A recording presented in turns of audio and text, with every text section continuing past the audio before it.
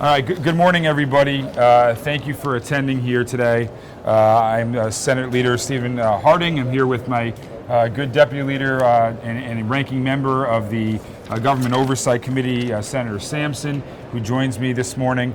And what we're here for today is to officially request Democratic leaders in the House and the Senate to pause the intended nomination vote of Marissa Gillette, the chair of the PURA Commission, scheduled for Wednesday of this week. And the reason why we are asking for the pause to that nomination and would like to have a discussion with them is the assessment, not my assessment, not Senator Sampson's assessment, not anyone else's assessment, but the reports that have been reported directly from independent reporters would indicate that, frankly, there may have been a quid pro quo, essentially, in the governor's negotiations, quote unquote, for this quote unquote deal that essentially got Marissa Gillette voted out of the Executive Nominations Committee. And based upon that, and based upon purely nothing more than transparency purposes, my constituency, Senator Sampson's constituency, and frankly all the people of the state of Connecticut deserve at least answers on what truly occurred to get Ms. Gillette's nomination over the finish line out of the Executive Nominations Committee just this past week right here in the building. And I'm just going to go over that timeline really quickly in some of these reports. Again, these are not my assessments. I have nothing but respect for the governor's office, for my legislative colleagues. But again, these reports are extremely troubling. And I would like to get answers, and I believe the people of the state deserve answers on what occurred here. January 20th, Hartford Courant article reports that legislative leaders had an agreement early in the month to expand PURA and add a key senator who sits on the Executive Nominations Committee to PURA, and that deal, quote unquote, fell apart. Then we have a February 9th Hartford Courant article.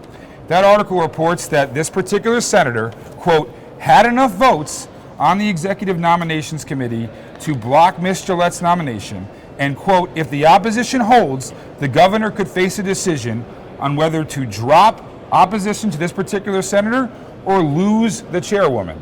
That's a February 19th Hartford Courant article.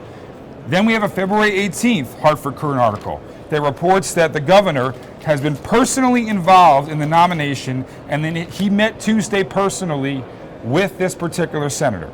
Then we have a February 19th report from Connecticut Public Radio that states that the senator met with the governor and that this senator, quote, raised concerns about Gillette's leadership while expressing his own interest in being appointed to fill this open vacancy on PURA. And then February 20th, we have a news report from News 12 that says, quote, to keep Gillette, the governor agreed to expand PURA from 3 to 5 members, and, quote, the deal is expected to place this particular senator, quote, a key swing vote on PURA.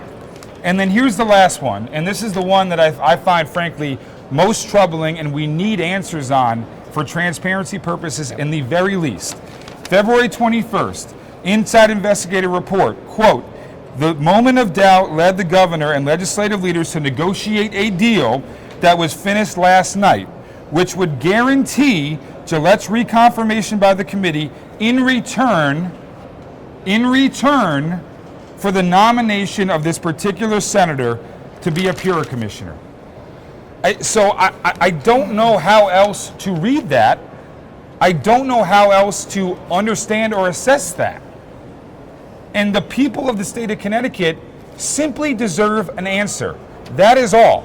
But I'm reading reports from independent sources saying that there may be a quid pro quo there, and maybe is a light term, because I don't know how else you read that statement unless someone miswrote that or missaid that, and there's no other report out there to dispel any of this. The people of the state deserve an answer, and that's the reason why I'm standing here today, to simply tell legislative leaders on the Democratic side, do the right thing. Let's pause this nomination. Let's find out what the governor's office and what this particular senator discussed, and was that vote discussed as being open for something else in exchange? And we need answers to that. And once we get answers to that, I think we can make a vote in good conscience. And in that, I'm going to turn it over to Senator Sampson. Senator. Yeah, thank you very much, Steve, and good morning, everyone. I'm certainly proud to stand here with our Senate Republican Minority Leader today. Obviously a difficult thing for us to come forward and bring to the press's attention. I think we've been kind of locked into a box here. The press reports that are out there are deeply concerning, frankly, and it would be irresponsible for us not to bring this out and to draw attention to it. The final report that Steve mentioned, is very clear. It says that there was a quid pro quo, that there was an exchange. Now, I think it's incumbent upon the Democrat leadership to come forward and explain if these news reports are not accurate. I think that's really where we are today. I don't think that Steve or anyone else in our caucus wants to make any accusations. We're simply drawing attention to what has been reported in the media, and if that is accurate news, then there is a problem, a legitimate problem that needs to be addressed. So we are calling on them to respond and frankly just pause for the time being on Ms. Gillette's nomination. I also see that this is a potential for another conversation about government accountability and transparency. Frankly, the governor's administration has not had a good month. We've had the issue with the chancellor of CCSU, guy who makes over $400,000 a year abusing his expense account. You've got the Bridgeport election issue, where you've got folks turning around saying that they're acting on behalf of their leaders in the Democratic Party. And then just yesterday, you had another account, a UConn gender studies professor using taxpayer dollars to go on a Disney World vacation. This kind of stuff certainly raises an eyebrow for me. I got into government on the subject of government transparency and accountability. I'm excited that we have a government oversight committee. So far, it hasn't really done anything, as far as I can see, to actually get us to government oversight.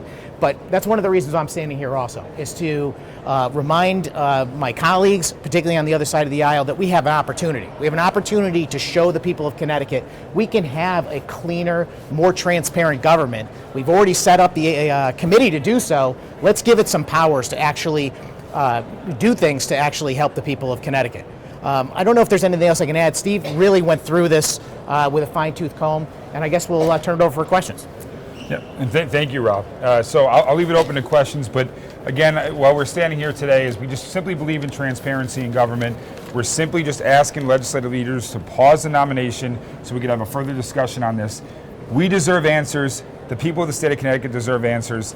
There is nothing that I've seen that dispels anything that has been reported here. And again, if it is true what is being reported, there's a problem, a real problem.